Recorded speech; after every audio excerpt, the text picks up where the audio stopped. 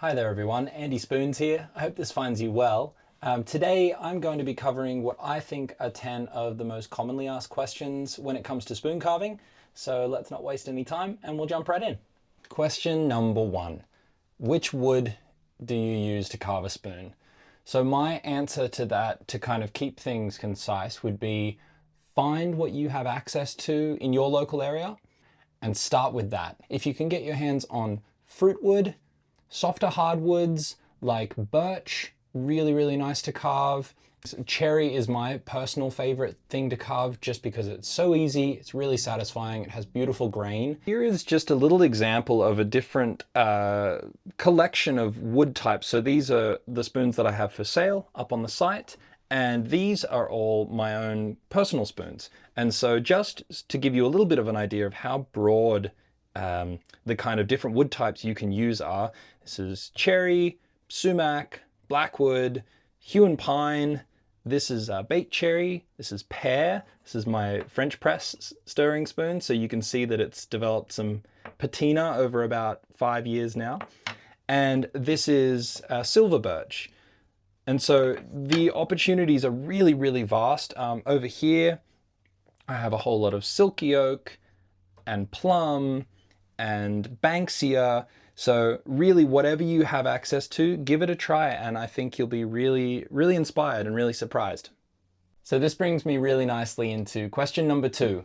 Where do you find your wood? I have a lot of people asking me that from, say, a city center, or they're just unsure. My first recommendation is keep your ear out for the sound of a chainsaw. Make friends with gardeners and arborists, anyone who works in tree care, and you just need to be ready to say yes if something comes up. Go for a walk when people are doing their green cleanup. It'll kind of get you out of your comfort zone a little bit, but that's my recommendation for how to find good green wood. Question number 3, what tools do I need to start carving? So for spoon carving, green woodworking specifically, I would say you need to start with a saw to be able to get the wood back to your house.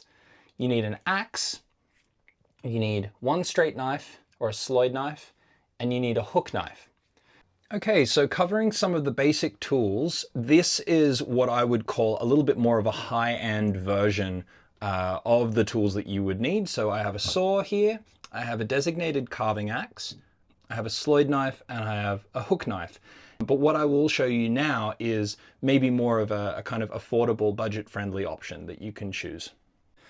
So here we have what I think would be considered a little bit more of a budget, not in a bad way, but just a more affordable spread of beginner's tools. So we have the smaller silky saw here, another pull saw.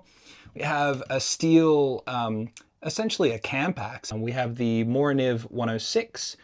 And then this is just a relatively affordable hook knife. It was, again, the first hook knife that I bought. I think it was about $60 as well, maybe even less.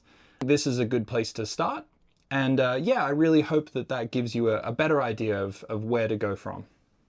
So question number 4 is an interesting one. I get this quite a lot where somebody will ask me, which brand of tools do I use? The way to describe it is, because the green woodworking community is quite small in the grand scheme of tool communities, you know, it's not furniture making or construction. A lot of the tools, the specialty tools, especially hook knives, you're better off reaching out to individual makers themselves. I'm going to put a bunch of links in the description, so please go and check those out. I'll link people that I use personally that I can vouch for. I don't want to speak to tools that I haven't used personally. So question number 5. And it's a bit of a controversial one. Do you sand your spoons? And I never sand my spoons. I don't want to tell anyone not to sand. The big thing about sanding for me is that it creates a lot of dust. So knife finishing is really important for me because it means that the only thing that I'm creating is wood chips, you know, smaller curls and carvings that can be swept up a lot easier, and they're not being blown up in the air. I know this is a controversial topic amongst some carvers who really swear by sanding. I personally think that once you get to a certain level of carving, you don't need to sand your spoons, and I think you'll be happier for it. So question number 6, how long does it take you to carve a spoon? And for myself, I would say the short answer is if you give me an hour, I will give you a pretty nice spoon-shaped object that's nearly done. My first spoon probably took 5 days. So it takes as long as it takes. I get this question a lot and I never want to seem dismissive, but I really, really want to state and really urge you to not think about it as how quickly can I finish this? Everyone's different, and if you're enjoying that time carving, let it take as long as it needs. Question number 7, do you carve forks?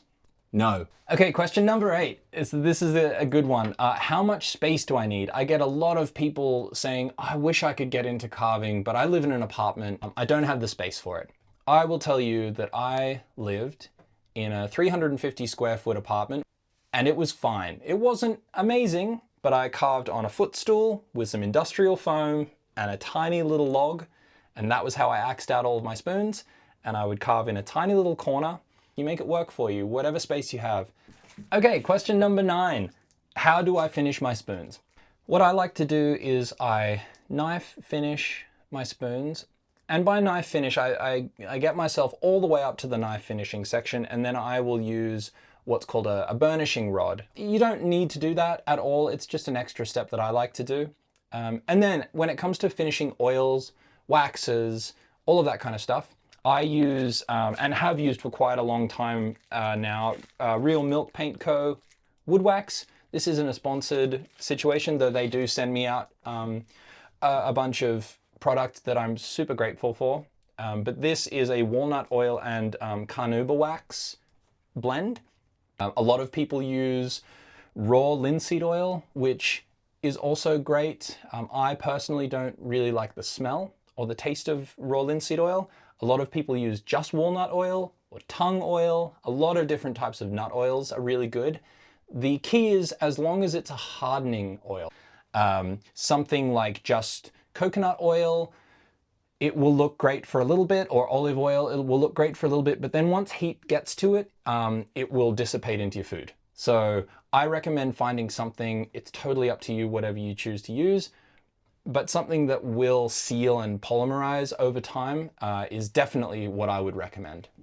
And question number 10 is, can you make a living carving spoons? Full disclosure, I work probably about 65% of my time in construction. I do a lot of other things as well. And carving is definitely kind of a personal passion. It's something that subsidizes my life.